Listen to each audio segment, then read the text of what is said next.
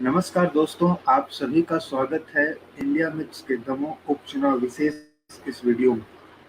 दोस्तों, इस वीडियो में हम दमोह विधानसभा सीट के उपचुनाव, इसके संभावित परिणाम व वर्तमान राजनीतिक स्थिति आदि के बारे में विस्तार से चर्चा करेंगे। दमोह से कांग्रेस विधायक राहुल सिंह लोधी के इस्तीफे व उनके भाजपा में शामिल होने के बाद यहां 17 अप्रैल को विधानसभा का उपचुनाव होने जा रहा है। 28 सालों तक भाजपा के कब्जे में रही इस विधानसभा को 2018 के विधानसभा चुनाव में राहुल सिंह लोधी ने जीत के कांग्रेस के पाले में किया था, लेकिन अब लोधी के पाला बदलने के बाद यहाँ की चुनावी बिसात भी बदल चुकी है। अब यहाँ कांग्रेस को कब्जा दिलाने वाले लोधी भाजपा की ओर से चुनावी मैदान में हैं, जिनका सामना करेंगे वरिष्ठ कांग्रेसी व पूर्व दमोह जिला कांग्रेस अध्यक्ष अजय टंडन। आइए यहाँ के संभावित चुनाव परिणाम का पूर्वाकलन करने से पहले विधानसभा की वस्तु स्थिति को समझते हैं। सबसे पहले बात करते हैं यहाँ के राजनीतिक इतिहास व जातीय समीकरण की। दमोह विधानसभा के बारे में कहा जाता है कि यहाँ पर जातिगत गणित फेल रहता है। यहाँ की जनता जाति की जगह व्यक्ति के चेहरे व चरित्र तथा मुद्दों के आधार पर वोट देती रही है। यही कारण रहा है कि यहाँ आनंद श्रीवास्तव 2 बार निर्दलीय जीते, जयंत मलैया यहाँ से 7 बार 6 बार लगातार विधायक रहे, लेकिन 2018 में राहुल सिंह लोधी यहाँ लोधी समाज व अन्य ओबीसी जातियों के गठजोड़ को साधने में सफल रहे तथा दमोह के पहले लोधी विधायक बने। लेकिन इनके चुनाव जीतने में भी तत्कालीन मुद्दों जैसे कांग्रेस द्वारा चलाया गया किसान कर्ज माफी व बिजली बिल माफी के मुद्दों का बड़ा हाथ रहा। विधानसभा के जातीय गणित की बात की जाए तो यहाँ कुल 2,39,000 से अधिक मतदाता हैं, जिसमें सबसे अधिक 47,000 दलित समाज के हैं, 39,000 लोधी समाज के हैं, 18,000 यादव समाज के हैं, 12,000 कुर्मी तथा इतने ही काछी समाज के हैं, 12,000 कायस्थ तथा इतने ही ब्राह्मण समाज के हैं, 14,000 जैन, 18,000 मुस्लिम, 8,000 राजपूत तथा इतने ही सेन व रैकवार समाज के हैं तथा लगभग 5,000 मतदाता ईसाई समुदाय के हैं। जहां जैसा कि मैंने वीडियो के शुरू में बताया कि यहाँ जातिगत गणित का महत्व कम रहता है, इस बार का चुनाव कुछ अलग ही इशारा कर रहा है। 2.25 साल बाद होने जा रहा यह उपचुनाव भाजपा व कांग्रेस दोनों के सामने कठिन चुनौतियां पेश कर रहा है। 18 के विधानसभा चुनाव में यहाँ भाजपा के उम्मीदवार जयंत मलैया के सामने क्षेत्र के दिग्गज भाजपा नेता रामकृष्ण कुसमारिया उर्फ बाबा ने तगड़ी चुनौती पेश की थी। उन्होंने दमोह के अलावा पथरिया से निर्दलीय चुनाव लड़ा था, जिसकी वजह से यह दोनों सीटें भाजपा को गंवानी पड़ी। अब की बार राहुल सिंह लोधी के सामने भी कुछ ऐसी ही चुनौती है। जयंत मलैया का परिवार, विशेषकर उनके पुत्र सिद्धार्थ मलैया तथा समर्थक राहुल सिंह लोधी की उम्मीदवारी से नाराज हैं। मलैया के बेटे ने अपना विरोध खुल के जाहिर भी किया था, लेकिन पार्टी के दबाव के कारण पीछे हट गए। लेकिन उनके समर्थकों का विरोधी रवैया अभी भी कायम है। साथ ही स्थानीय भाजपा कार्यकर्ताओं में भी राहुल सिंह लोधी को लेकर उस तरह की स्वीकार्यता नहीं दिख रही है। ऐसे में उनके सामने इस चुनाव में भीतरघात का बड़ा खतरा है, जो कि उन्हें हरवाने के लिए काफी है। कांग्रेस की तरफ से राहुल सिंह लोधी को टक्कर दे रहे अजय टंडन क्षेत्र के जाने माने कांग्रेस नेता हैं। 2018 से पहले हुए 2 विधानसभा चुनाव में टंडन कांग्रेस की तरफ से चुनाव लड़ चुके हैं, लेकिन दोनों बार उन्हें जयंत मलैया से हार का सामना करना पड़ा था। टंडन लंबे समय तक दमोह जिला कांग्रेस के अध्यक्ष रहे हैं। ऐसे में जिले के कांग्रेस कार्यकर्ताओं के मध्य इनकी पकड़ होने के साथ यह क्षेत्र से भी परिचित है तथा इनकी छवि भी साफ सुथरी मानी जाती रही है। इस उपचुनाव में दोनों दलों के सामने चुनाव जीतने की समान चुनौती है। यही कारण है कि दोनों दलों के बड़े नेता इस सीट पर अपनी नजरें गड़ाए हुए हैं।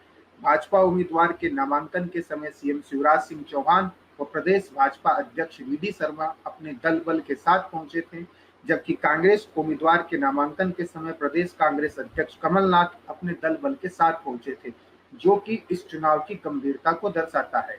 भाजपा ने यहाँ चुनाव जीतने के लिए वरिष्ठ नेता व सरकार में पीडब्ल्यूडी मंत्री गोपाल भार्गव को प्रभारी के रूप में नियुक्त किया है। भार्गव के विधानसभा क्षेत्र की सीमा दमोह से जुड़ती है व इनका क्षेत्र में प्रभाव भी है। भाजपा ने सभी 359 बूथों को साधने के लिए पड़ोसी जिलों जबलपुर, पन्ना, सागर, टीकमगढ़ व छतरपुर के कार्यकर्ताओं की टीम तैनात की है। इन जिलों के 8-10 कार्यकर्ता हर बूथ पर तैनात किए गए हैं। जातीय स्तर पर भी मतदाताओं को साधने के लिए भाजपा यहाँ मेहनत कर रही है। भाजपा का मुख्य फोकस यहाँ लोधी, जैन, ब्राह्मण, राजपूत, दलित व आदिवासी मतदाताओं पर है। इसलिए यहाँ इन जातियों के बड़े नेताओं प्रहलाद सिंह पटेल, गोपाल भार्गव, राकेश सिंह, नरोत्तम मिश्रा, रामपाल सिंह, जयंत मलैया व संजय पाठक की ड्यूटी लगाई गई है। साथ ही नरेंद्र सिंह तोमर, कैलाश विजयवर्गीय, उमा भारती, फगन सिंह कुलस्ते, थावड़ चंद गहलोत, लाल सिंह आर्य, ज्योतिरादित्य सिंधिया, वीडी शर्मा व चीफ मिनिस्टर शिवराज सिंह चौहान को स्टार प्रचारक के रूप में तैनात किया गया है।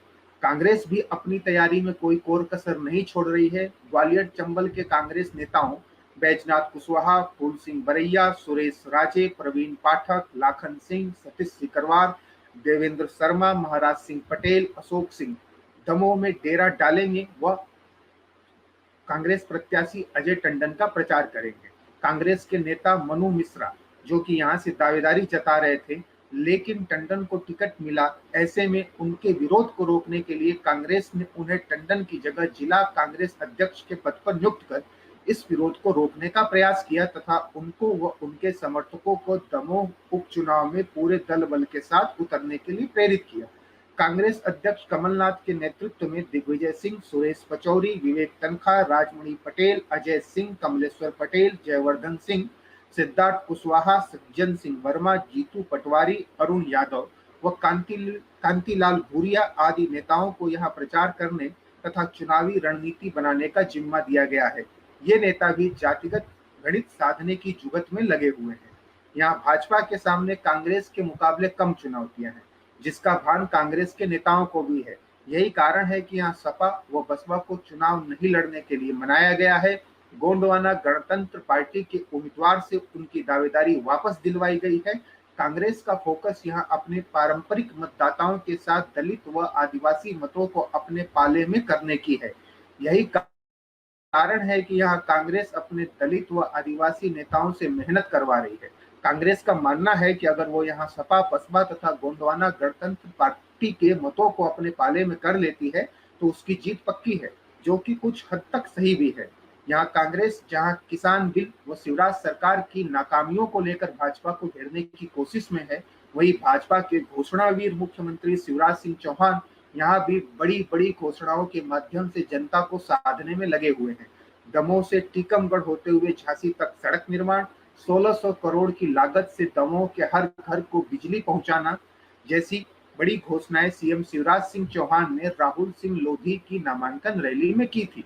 इसके अलावा भाजपा यहाँ केन बेतवा नदी परियोजना का भी प्रचार ठीक उसी आक्रामकता से कर रही है जैसा उसने ग्वालियर चंबल की विधानसभा सीटों पर हुए उपचुनाव में अटल एक्सप्रेस वे का किया था।